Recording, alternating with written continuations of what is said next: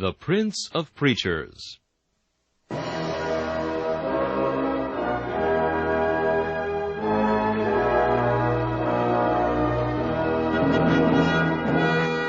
Charles Haddon Spurgeon has been called England's greatest contribution to the spread of the gospel in the 19th century.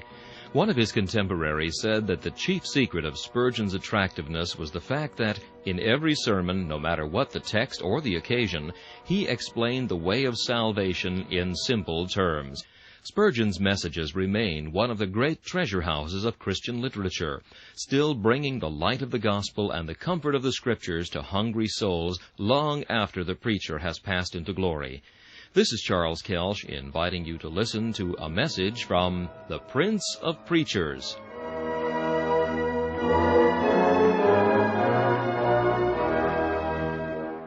C.H. Spurgeon preached this message on August 22, 1858, at the Music Hall of the Royal Surrey Gardens. It is entitled, As Thy Days, So Shall Thy Strength Be.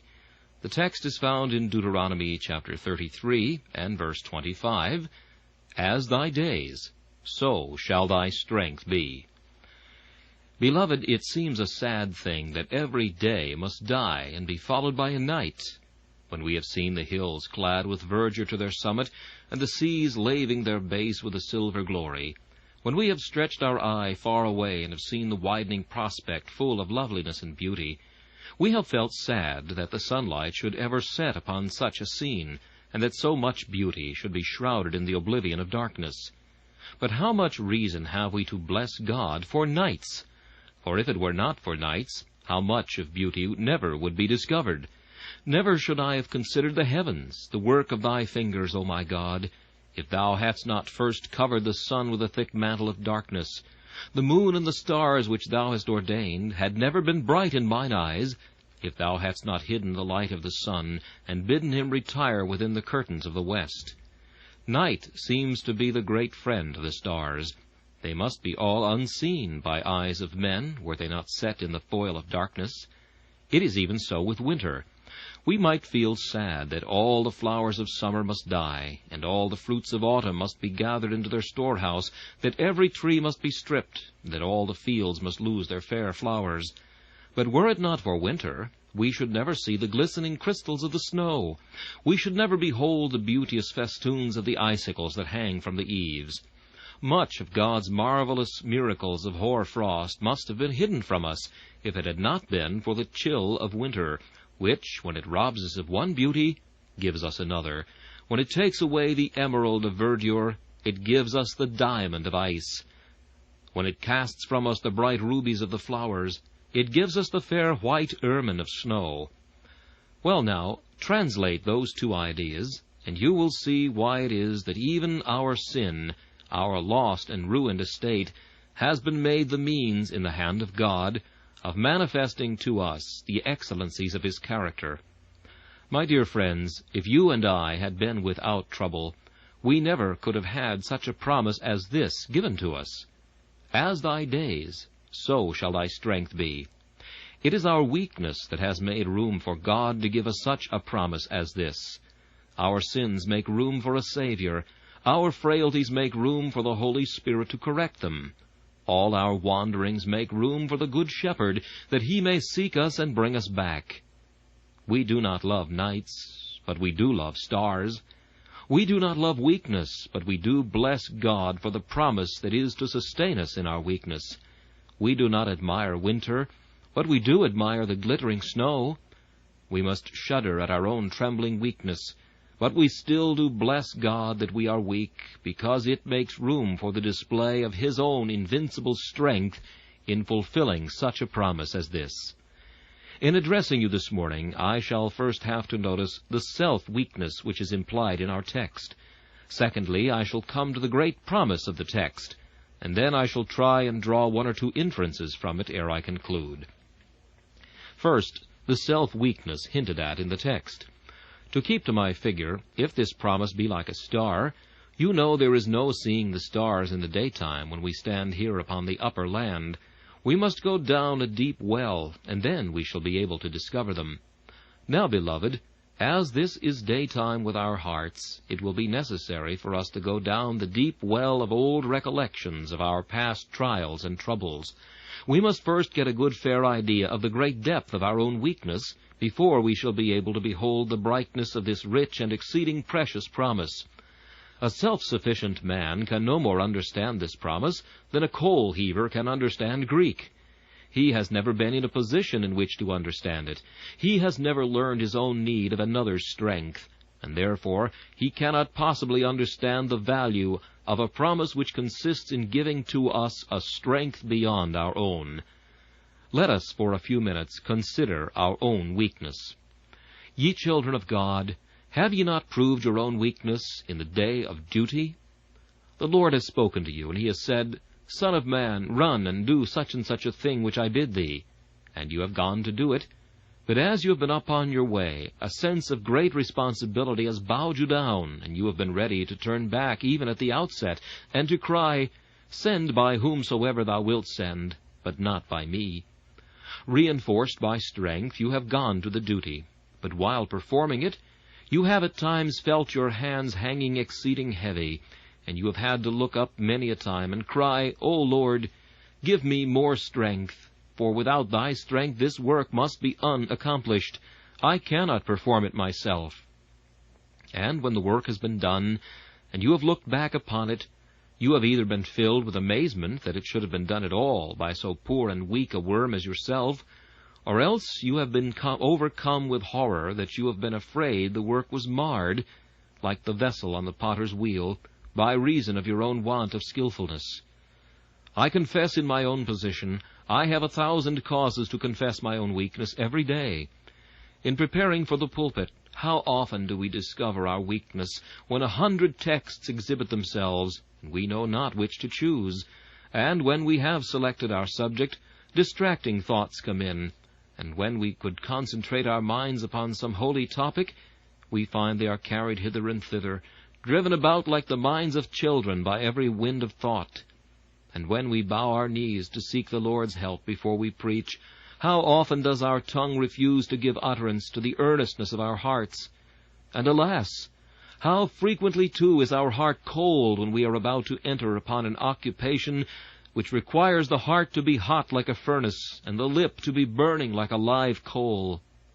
Here in this pulpit I have often learned my weakness, when words have fled from me, and thoughts have departed too, and when that zeal which I thought would have poured itself forth like a cataract has trickled forth in unwilling drops like a sullen stream, the source of which doth almost fail, and which seemeth itself as if it longed to be dried up and dead.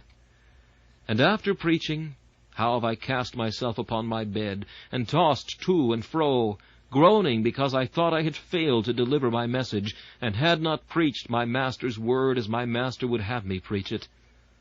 All of you, in your own callings, I dare say, have had enough to prove that. I do not believe a Christian man can examine himself without finding every day that weakness is proven even in the doing of his duty. Your shop, however small, will be enough to prove to you your weakness. Your business, however little, your cares, however light, your family, however small, will furnish you with enough proofs of the fact. Without me you can do nothing. He that abideth in me, and I in him, the same bringeth forth much fruit. For without me ye can do nothing. But, beloved, we prove our weakness perhaps more visibly when we come into the day of suffering. There it is that we are weak indeed. I have sat by the side of those who have been exceedingly sick, and have marked their patience. But I do not know that I ever wondered at the patience of a sick man, so much as I do when I am sick myself. Then patience is an extraordinary virtue. Women suffer, and suffer well. But I do think there are very few men who could bear the tithe of the suffering that many women endure, without exhibiting 100 times as much impatience. Most of us who are gifted with strong constitutions, and have but little of sickness, have to chasten ourselves that what little sickness we have to contend with is borne with so little resignation, and with so much impatience, that we are so ready to repine, so prepared to bow our heads and wish we were dead, because a little pain is rending our body. Here it is that we prove our weakness indeed. Ah, people of God, it is one thing to talk about the furnace. It is another thing to be in it. It is one thing to look at the doctor's knife, but quite another thing to feel it. You will find it one thing to sip the cup of medicine, but quite another thing to lie in bed a dreary week or month, and to drink on and on and on of that nauseating draught. When you are on dry land, most of you are good sailors. Out at sea, you are vastly different. There is many a man who makes a wonderfully brave soldier till he gets into the battle, and then he wishes himself miles away, and except his spurs there is no weapon he can use with much advantage. That man has never been sick who does not know his weakness, his want of patience and of endurance. Again, beloved, there is another thing which will very soon prove our weakness, if neither duty nor suffering will do it, namely, progress. You sit down tomorrow and you read the life of some eminent servant of God, perhaps the life of David Brainerd, and how he gave up his life for his master in the wilderness, or the heroic life of Henry Martyn, and how he sacrificed all for Christ. And as you read, you say within yourself, I will endeavor to be like this man. I will seek to have his faith, his self-denial, his love to never-dying souls. Try and get them, beloved, and you will soon find your own weakness. I've sometimes thought I would try to have more faith, but I found it very hard to keep as much as I had. I have thought, I will love my Savior more, and it was right that I should strive to do so. But when I sought to love him more, I found that perhaps I was going backward instead of forward. How often do we find out our weakness when God answers our prayers? I asked the Lord that I might grow in faith and love and every grace, might more of his salvation know, and seek more earnestly his face. I hoped that in some favored hour at once he'd answer my request, and by his love's constraining power subdue my sins and give me rest. Instead of this, he made me feel the hidden evils of my heart, and let the angry power of hell assault my soul in every part. Lord, why is this? I trembling cried. Wilt thou pursue thy worm to death? 'Tis in this way, the Lord replied, I answer prayer for grace and faith. That is, the Lord helps us to grow downward when we are only thinking about growing upward.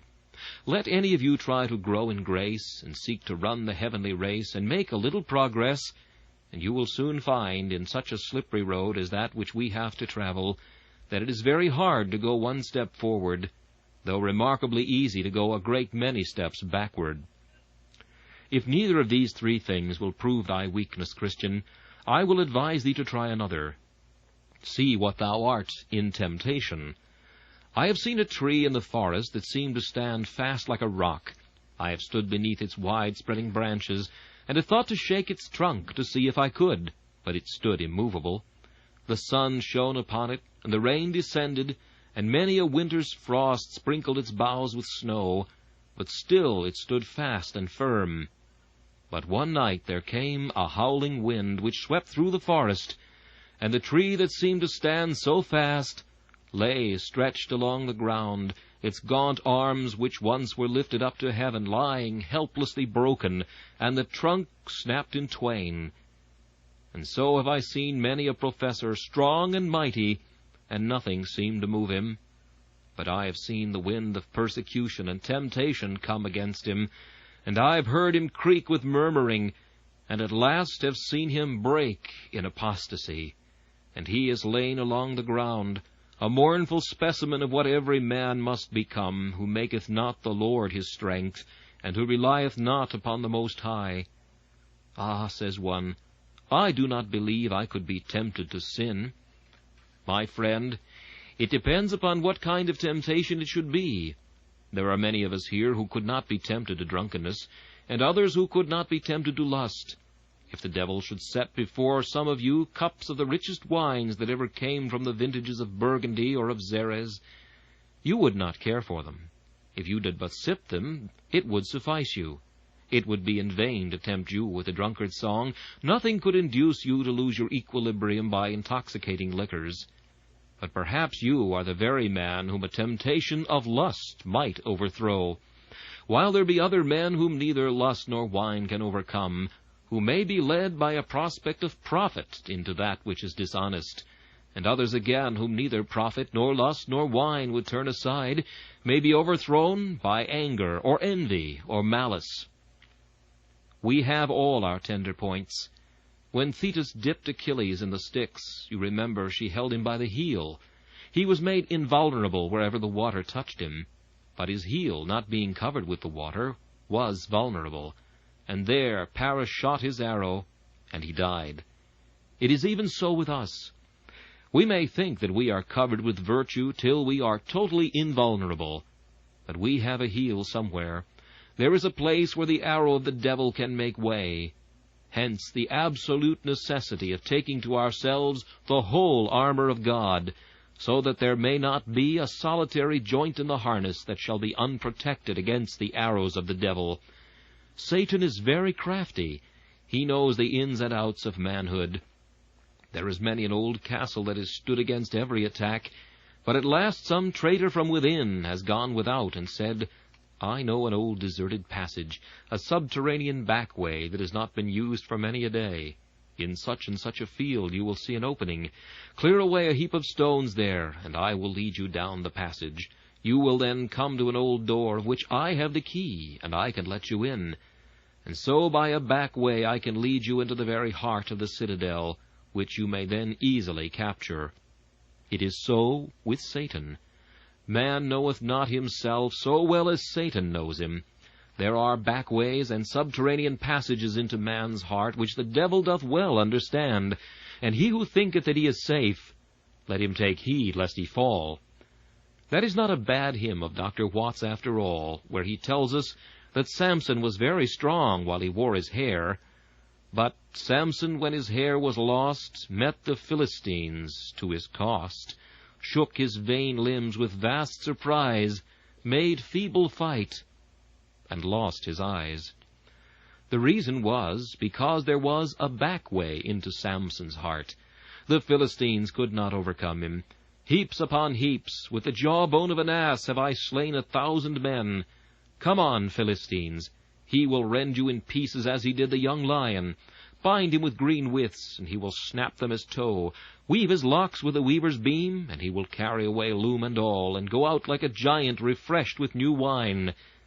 But, O Delilah, he hath a back way to his heart. Thou hast found it out, and now thou canst overcome him. Tremble, for ye may yet be overcome. Ye are as weak as water, if God shall leave you alone. Now, I think if we have well surveyed these different points of our moral standing on earth, every child of God will be ready to confess that he is weak. I imagine there may be some of you ready to say, Sir, I am nothing. Then I shall reply, you are a young Christian. There will be others of you who will say, Sir, I am less than nothing. And I shall say, you are an old Christian. For the older Christians get, the less they become in their own esteem, the more they feel their own weakness, and the more entirely they rely upon the strength of God. Having thus dwelt upon the first point, we shall now come to the second, the great promise, As thy days, so shall thy strength be. In the first place, this is a well-guaranteed promise. A promise is nothing unless I have good security that it shall be fulfilled. It is vain for men to promise largely, unless their fulfillment shall be as large as their promise, for the largeness of their promise is just the largeness of deception. But here every word of God is true. God has issued no more notes for the bank of heaven than he can cash in an hour if he wills.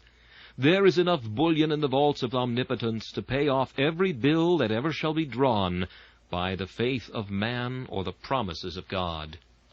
Now look at this one. As thy days, so shall thy strength be. Beloved, God has a strong reserve with which to pay off this promise. For is he not himself omnipotent, able to do all things? Believer, till thou canst drain dry the ocean of omnipotence, till thou canst break into pieces the towering mountains of almighty strength, thou never needest to fear.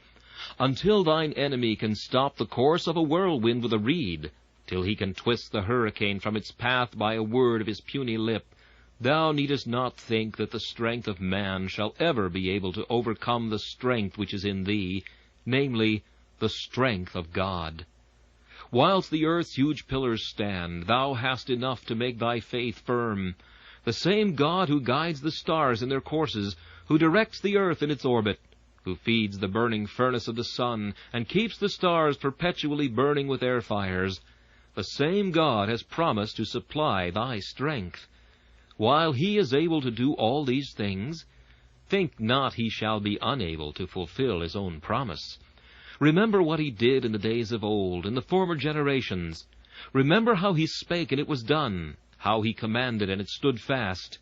Do you not see him in the black eternity? When there was nothing but grim darkness, there he stood, the mighty artificer. Upon the anvil there he cast a hot mass of flame, and hammering it with his own ponderous arm, each spark that flew from it made a world. There those sparks are glittering now, the offspring of the anvil of the eternal purposes, and the hammer of his own majestic might. And shall he that created the world grow weary? Shall he fail? Shall he break his promises for want of strength? He hangeth the world upon nothing. He fixed the pillars of heaven in silver sockets of light. And there he hung the golden lamps, the sun and the moon. And shall he that did all this be unable to support his children? Shall he be unfaithful to his word for want of power in his arm, or strength in his will? Remember again, thy God, who has promised to be thy strength, is the God who upholdeth all things by the power of his hand. Who feedeth the ravens? Who supplies the lions? Doth not he do it? And how? He openeth his hand, and supplieth the want of every living thing. He has to do nothing more than simply to open his hand. Who is it that restrains the tempest? Doth not he say that he rides upon the wings of the wind, that he maketh the clouds his chariots, and holds the water in the hollow of his hand? Shall he fail thee? When he has put such a promise as this on record, shalt thou for a moment indulge the thought that he has outpromised himself, and gone beyond his power to fulfill? Ah, no.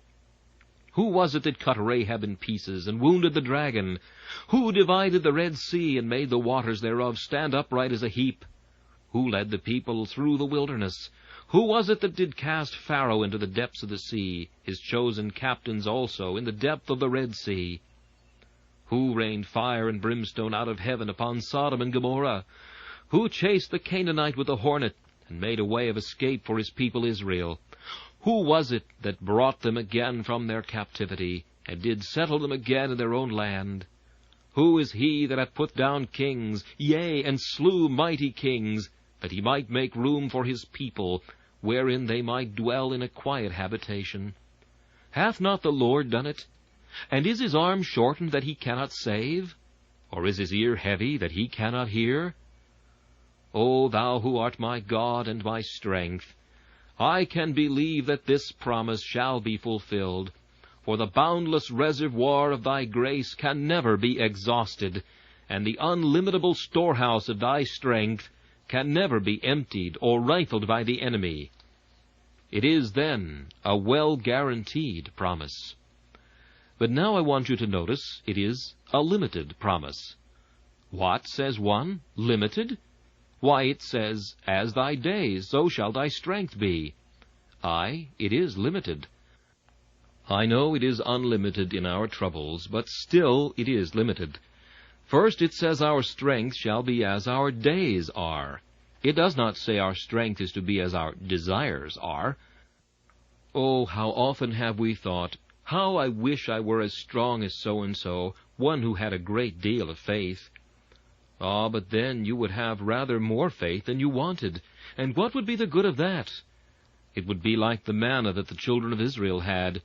If they did not eat it in the day, it bred worms and stank. Still, says one, If I had faith like so-and-so, I think I should do wonders. Yes, but you would get the glory of them. That is why God does not let you have the faith, because He does not want you to do wonders. That is reserved for God, not for you. He only doeth wondrous things. Once more, it does not say, our strength shall be as our fears.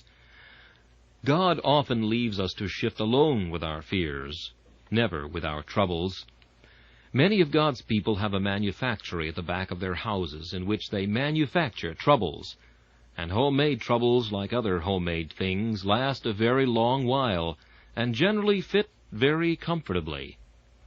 Troubles of God's sending are always suitable, the right sort for our backs, but those that we make are of the wrong sort, and they always last us longer than God's.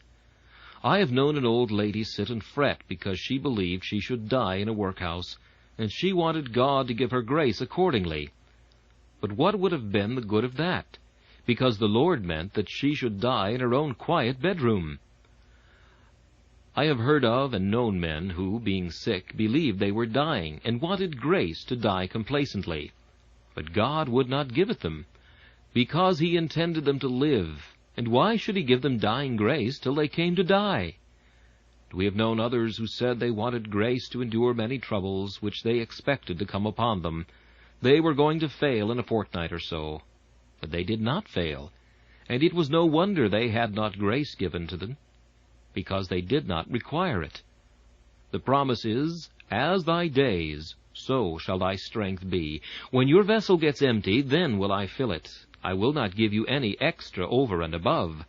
When you are weak, then I will make you strong. But I will not give you any extra strength to lay by. Strength enough to bear your sufferings and to do your duty, but no strength to play at matches with your brethren and sisters in order to get the glory to yourselves. Oh, if we had strength according to our wishes, we should soon all of us be like Jeshurun, wax fat, and begin to kick against the Most High. Then again, there is another limit. It says, as thy days, so shall thy strength be. It does not say as thy weeks or months, but as thy days. You are not going to have Monday's grace given you on a Sunday, nor Tuesday's grace on a Monday. You shall have Monday's grace given you on Monday morning, as soon as you rise and want it. You shall not have it given you on Saturday night. You shall have it day by day, no more than you want, no less than you want. I do not believe God's people are to be trusted with a week's grace all at once. They are like many of our London workmen. They get their wages on Saturday night, and then the rascals go and have St. Monday and St. Tuesday, and never do a stroke of work till Wednesday, when they go to the pawnbrokers with their tools to help them over till the next Saturday night. Now, I think God's children would do the same. If they had grace given them on Saturday to last them all through the week, I question whether the devil would not get a good deal of it, whether they would not be pawning some of their old evidences before the week was out, in order to live upon them, spending all their grace on Monday and Tuesday, spending very much of their strength in indulging in pride and boasting, instead of walking humbly with their God. No, as thy days, so shall thy strength be. Now, having said that the promise is limited, perhaps I am bound to add what an extensive promise this is. As thy days, so shall thy strength be. Some days are very little things. In our pocketbook we have very little to put down, for there was nothing done of any importance. But some days are very big days. Ah, I have known a big day, a day of great duties, when great things had to be done for God, too great, it seemed, for one man to do. And when great duty was but half done, there came great trouble, such as my poor heart had never felt before. Oh, what a great day it was! There was a night of lamentation in this place, and a cry of weeping, and of mourning, and of death. Ah, but blessed be God's name! Though the day was big with tempest, and though it swelled with horror, yet as that day was, so was God's strength. Look at poor Job. What a great day he had once! Master, says one, the oxen were plowing, and the asses feeding beside them, and the Sabaeans fell upon them and took them away. In comes another, and he says, "The fire of God hath fallen on the sheep." "Oh," says another, "the Chaldeans have fallen upon the camels and taken them away, and I, only I, am left to tell thee." Still, you see, grace kept growing with the day. Still strength grew as the trouble grew. At last comes the backstroke. A great wind came from the wilderness, and smote the house where thy sons and daughters were feasting, and they are dead, and I, only I, am left to tell thee. Grace still kept growing, and at last the grace did overflow the trouble, and the poor old patriarch cried, "The Lord gave, and the Lord hath taken away. Blessed be the name of the Lord." Ah, Job, that was a big day indeed, and it was big grace that went with that big day. Satan sometimes blows up our days with his black breath, till they grow to such a cursed height that we know not how great the days must be. Our head whirls at the thought of passing through such a sea of trouble in so short a space of time. But oh, how sweet it is to think that the bed of grace is never shorter than a man can stretch himself upon it, nor is the covering of almighty love ever shorter than that it may cover us. We never need be afraid. If our troubles should become high as mountains, God's grace would become like Noah's flood. It would go 20 cubits higher till the mountains were covered. If God should send to you and to me a day such as there was none like it, neither should be any more, he would send us strength such as there was none like it, neither should there be any more. Do you see Martin Luther riding into Worms? There is a solitary monk going before a great council. He knows they will burn him. Did not they burn John Huss and Jerome of Prague? Both those men had safe conduct, and it was violated, and they were put to death by papists who said that no faith was to be kept with heretics. Luther placed very little reliance on his safe conduct, and you would have expected, as he rode into Worms, that he would have a dejected countenance. Not so. No sooner does he catch sight of Worms than someone advises him not to go into the city. Said he, "If there were as many devils in Worms as there are tiles on the roofs of the houses, I would enter." And he does ride in, and he goes to the inn, and he sits and eats his bread as complacently as if he were at his own fireside, and then he goes quietly to bed. When summoned before the council and asked to retract his opinion, he does not want time to consider or debate about it, but he says, "These things that I have written are the truth of God, and by them will I stand till I die, so help me God." The whole assembly trembles, but there is not a flush upon the cheek of the brave monk, nor do his knees knock together. He is in the midst of armed men, and those that seek his blood. There sit fierce cardinals, and bloodthirsty bishops, and the Pope's legate, like spiders longing to suck his blood. He cares for none of them. He walks away, and is confident that God is his refuge and strength, a very present help in trouble. Ah, but you say, I could not do that. Yes, you could, if God called you to it. Any child of God can do what any other child of God has done, if God give him the strength. You could not do what you are doing even now without God's strength, and you could do 10,000 times more if he should be pleased to fill you with his might. What an expansive promise this is! Once more, what a varying promise this is! I do not mean that the promise varies, but adapts itself to all our changes. As thy days, so shall thy strength be. Here is a fine sunshiny morning. All the world is laughing, everything looks glad. The birds are singing, the trees seem to be all alive with music. My strength shall be as my day is, says the pilgrim. Ah, pilgrim, there is a little black cloud gathering. Soon it increases. The flash of lightning wounds the heaven, and it begins to bleed in showers. Pilgrim, as thy days, so shall thy strength be. The birds have done singing, and the world has done laughing, but as thy days, so shall thy strength be. Now the dark night comes on, and another day approaches, a day of tempest and whirlwind and storm. Dost thou tremble, pilgrim? As thy days, so shall thy strength be.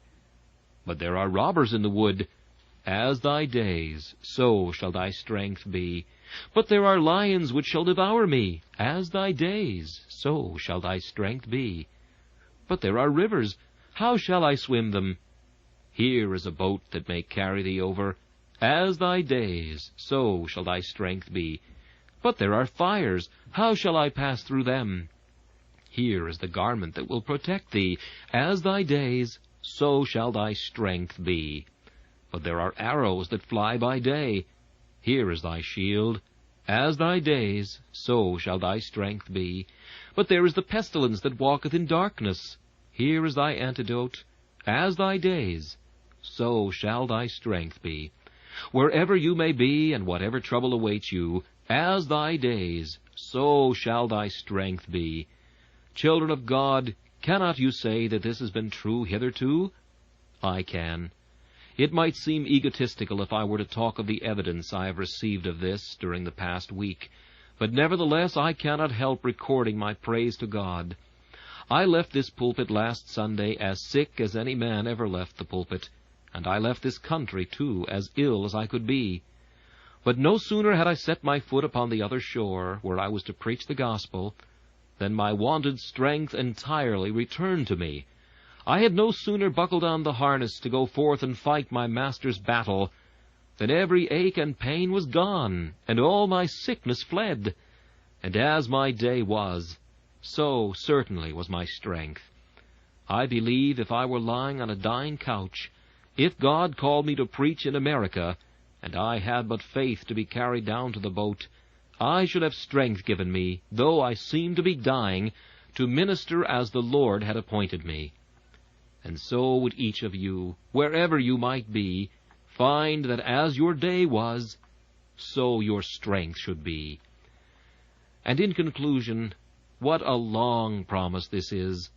You may live till you are never so old, but this promise will outlive you. When thou comest into the depths of the river Jordan, as thy days, so shall thy strength be. Thou shalt have confidence to face the last grim tyrant, and grace to smile even in the jaws of the grave.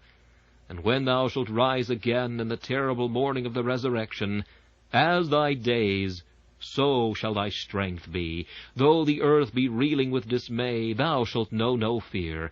Though the heavens are tottering with confusion, thou shalt know no trouble. As thy days, so shall thy strength be. And when thou shalt see God face to face, though thy weakness were enough to make thee die, thou shalt have strength enough to bear the beatific vision. Thou shalt see him face to face, and thou shalt live. Thou shalt lie in the bosom of thy God, immortalized and made full of strength.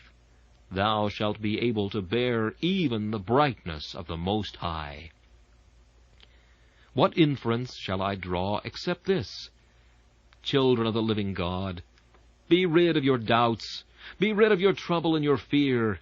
Young Christians, do not be afraid to set forth on the heavenly race. You bashful Christians, that, like Nicodemus, are ashamed to come out and make an open profession, don't be afraid. As your day is, so shall your strength be. Why need you fear? You are afraid of disgracing your profession. You shall not. Your day shall never be more troublesome or more full of temptation than your strength shall be full of deliverance. And as for you that have not God to be yours, I must draw one inference for you. Your strength is decaying. You are growing old, and your old age will not be like your youth. You have strength which you prostitute to the cause of Satan, which you misuse in the service of the devil. When you grow old, as you will do, unless your wickedness shall bring you to an early grave, they that look out of the windows must be darkened, and the grasshopper must be a burden to you, and your strength shall not be as your day. And when you come to die, as die you must, then you shall have no strength to die with. You must die alone. You must hear yon iron gates creak on their hinges, and no guardian angel to comfort you as you go through the dreary vault. And you must stand at God's great bar at the day of resurrection, and no one to strengthen you there. how will your cheek blanch with terror? How will your soul be affrighted with horror when you shall hear it said, Depart, ye cursed, into everlasting fire in hell, prepared for the devil and his angels. You have no such promise as this to cheer you onward, but you have this to drive you to despair. Your days shall become heavier, but your strength shall become lighter. Your sorrows shall be multiplied, and your joys shall be diminished. Your days shall shorten, and your nights shall lengthen. Your summer shall become dimmer, and your winter shall become blacker. All your hopes shall die, and your fears shall live. You shall reap the harvest of your sins in the dreadful vintage of eternal wrath. May God give us all grace, so that when days and years are past, we all may meet in heaven. There are some people here that I've seen a great many times, and I thought they would have been converted before now. I asked them one question, and it is this: What will you do in the swellings of Jordan, when death shall get hold upon you? What will you do then? May God help you to answer, and prepare to meet him. This message, As Thy Days, So Shall Thy Strength Be, was preached by Charles Haddon Spurgeon on August 22nd, 1858. This is Charles Kelch inviting you to join me again for another message from the Prince of Preachers.